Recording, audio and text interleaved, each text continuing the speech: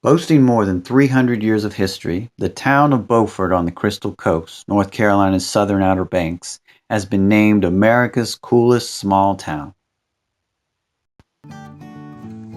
Beaufort is the third oldest town in North Carolina, established in 1709. The unique location makes the natural system there very rich, but also vulnerable. It's located between the mouth of the Newport River and Beaufort Inlet. This is the area where tidal action and seawater exchange happens. Exchanging flow brought sediment into the area between Beaufort and the inlet. Millions of years of sediment action raised the estuarine bottom enough to produce several shoals and small islands. Over time, this area was colonized by marsh plants, which stabilized the sediments. Nowadays, this area is a Rachel Carson Research Reserve covered by extensive salt marshes and intertidal and subtidal flats. Also, the tidal action and seawater exchange process established varied habitats. A salt marsh is heaven for salt-tolerant plants and essential to stability of sediment to protect the mainland. High marsh is an intermittent zone between the low marsh and the uplands, which is also a valuable habitat for seabirds. Brackish marshes develop where a significant freshwater influx dilutes the seawater, lowering its level of salinity. Mudflats are coastal wetlands that form when mud is deposited by tides or rivers, which are important ecosystems and support a large population of wildlife.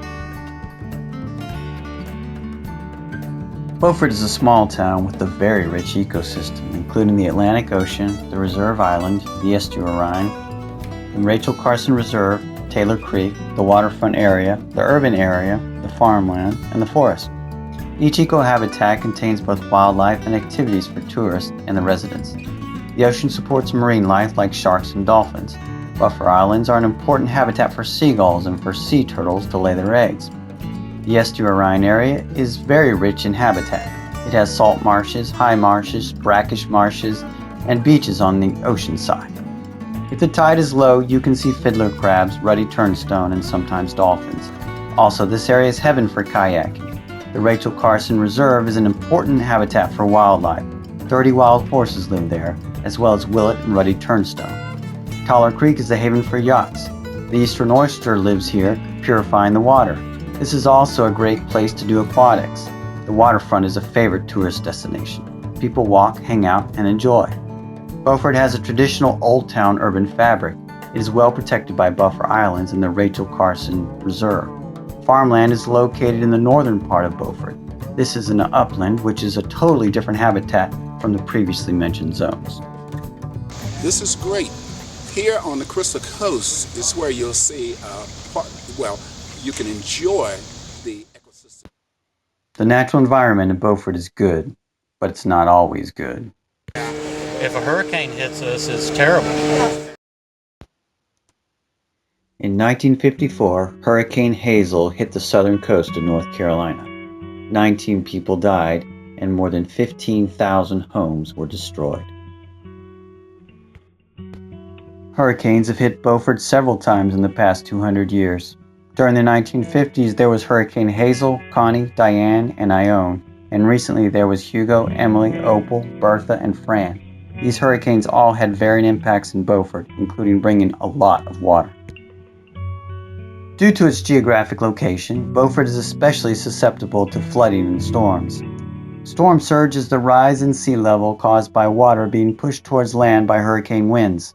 Surge inundation areas are mapped to illustrate the extent of hurricane-induced flooding. Under this worst-case scenario, which is based upon the highest storm intensities and speeds, the entire Beaufort planning jurisdiction land area is subject to flooding from a storm surge. There are three basic coastal flood zones. The flood zone shaded X is considered to be a low risk of flooding. The E zone is a high risk area where storms drive waves landward at heights of 3 feet or more. They can cause damage to buildings.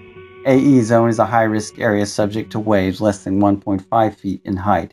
They are areas affected by storm surge, but where wave actions is limited or absent. The 100-year floodplain is land subject to 1% or greater chance of flooding in any given year. The eastern side of the Beaufort Peninsula is the most expansive area of floodplain. Approximately 41% of the Beaufort planning area is within the 100-year floodplain. An additional 24% of the town's planning area is within the 500-year floodplain.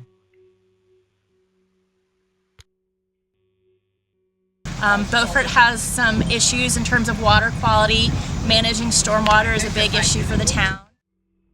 The existing stormwater drainage facilities within the town of Beaufort consist of a system of piping, catch basins, drainage ditches, and swales.